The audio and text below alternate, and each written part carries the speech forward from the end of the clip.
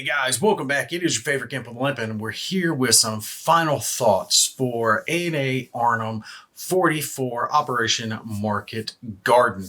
Gotta say, I've had a lot of fun with this one. Did a good playthrough for you guys to let you see how the game plays out, and it is just a bucket of fun. Right off the bat, definitely recommend. Definitely have enjoyed my time with this one. When it comes to the game itself, first off, components. Components are really good. Top notch for the map on this game. I've talked it up in every video. The map is just phenomenal. I think they did a excellent job with this map. It looks so good spread across the table, especially with all the little minis all across it. They start stacking up. They start moving across, taking little zones of control, trying to hold those bridges. It just looks phenomenal. The rest of the components, cards, yeah, I mean, they're cards. They are what they are. Rulebook, same thing. The rondels, the counters, right? They're only going to be used to designate for things like steps or supply for your artillery pieces. They really don't play that big of a deal on the game. The only other aspect you really have to worry about is things like artillery fire and marking of the bridges. So the counters really don't play a huge part of the game. You're focused more on the minis. The minis are great. They're A&A type minis, right? And like I've said to you guys before, if you ever have any issues with these, they are the type of plastic that you can fix very easily with a cup of water, especially things like barrels. They get bent. Have a warm, hot, not too hot, but warm to hot cup of water, let it sit there for a couple of seconds, pull it out, hold it in the correct position, and just cool it down, and it will straighten right out. Works great. Only problem with the components was in the rulebook when it designates exactly what type of units are which. It can be a little confusing because some things are shown as a half track in the rulebook, like recon, whereas the Germans, it wasn't a half track. It was that the wheeled vehicle. I still can't remember the name of that thing, but didn't have tracks. Okay. So some of those things can be just a little confusing when you first start playing the game. It does not last though. And the good part is the minis are specific. There are numbers of certain types of minis that you're going to have. So like you're going to have so many of this type of infantry, so many types of SS, so many types of heavy armor or 88s. So if you're ever confused when you're looking at the pieces, you can take out those deployment pieces, the player aids for each side, and it shows you what units are coming in on which turns. Simply count up the number of whatever type of unit you might be curious about, and then find that number of minis, and you can easily determine if you're on the right ones or not. It's really streamlined, so I do appreciate that they did that with this game. When it comes to the gameplay itself, the game is the bridges, right? It's about getting from one side of the map to the other as the allied player, or stopping the allied player from getting those victory point units from one side of the map to the other. They do have a lot of airborne units that start spread all across the map, and you would think that the allied player has a lot of control, but they really don't, because none of those units count towards the victory points. Now, yes, they can move up and try to hold these bridges, but their objective is really just to keep the pathway open. So you're going to be moving from one side to the other with your units that are coming in, and you've got to have this funnel. And the thing of it is there's only 10 turns in this game, right? You only have so long to get those units across. So you can't waste a whole lot of time trying to fight the Germans or take this little spot or that little spot. The victory point units really need to truck it.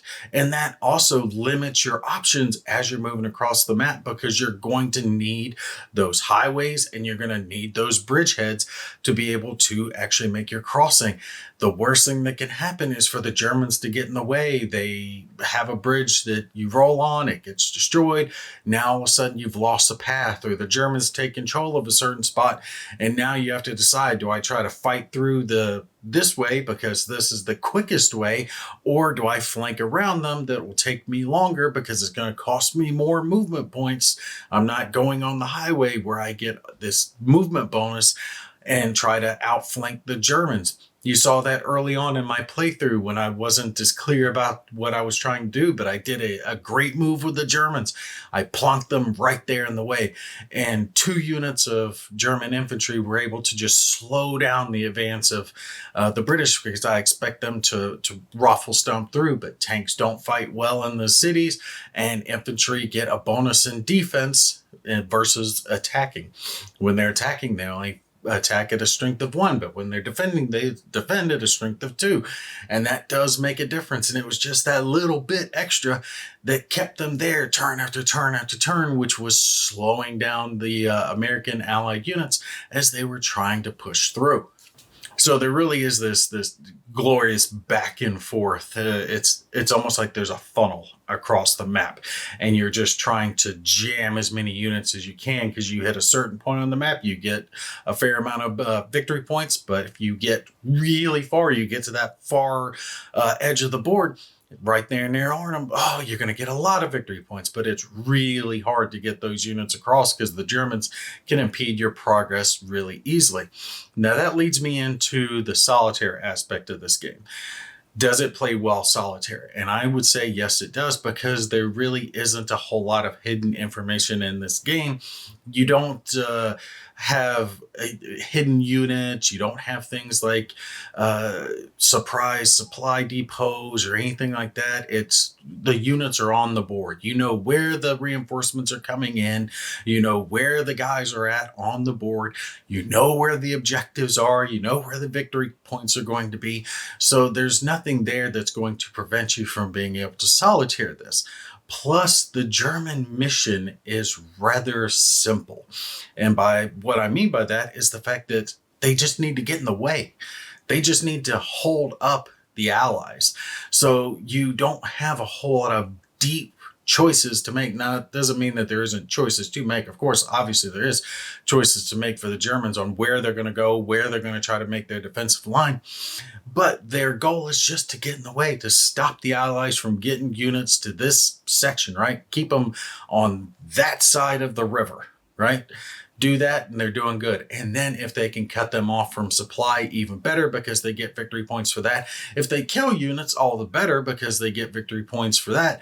But simply being in the way and preventing the Allies from getting victory points will easily be able to carry them the game.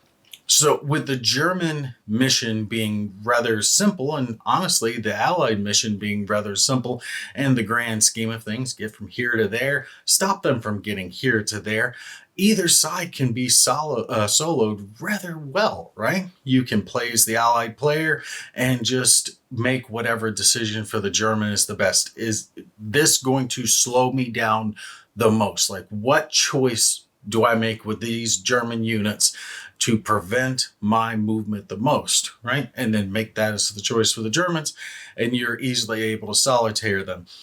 Same thing on the flip side, if you're playing as the Germans, if you're making choices for the Allied, what choice am I making here that's going to get them the farthest point across the board?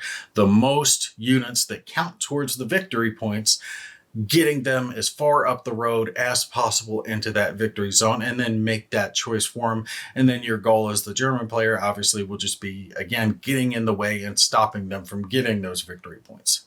The one real drawback to this game is the fact that it doesn't have a whole lot of replay value in it. You can play it handful of times, probably most, before you're really going to burn out on it. Easily play it with a buddy or by yourself, playing on each side of it. So 2 to 4, maybe 5 times playing the game. And after that, you're probably pretty well going to be burnt out on it. Now, do you get your money's worth in that? Yes, I do think you do. I always try to say, am I getting at least an hour or so per dollar I spend, just depending on the game length, what it's designed to do, things like that.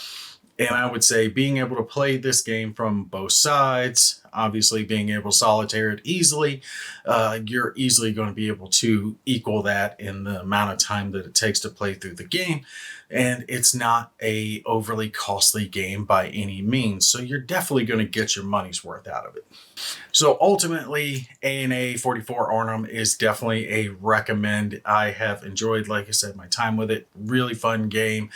There's a lot of pros to it. The components, the map, like I said, it's beautiful. The few drawbacks, the few confusing spots in the rulebook, and the fact that it doesn't have as high of a replay value don't detract enough to make this game not worth getting. If you are into those ANA style games, this is absolutely one worth picking up. All right, but that's going to be it for me. You guys take care, and I will catch you in the next one.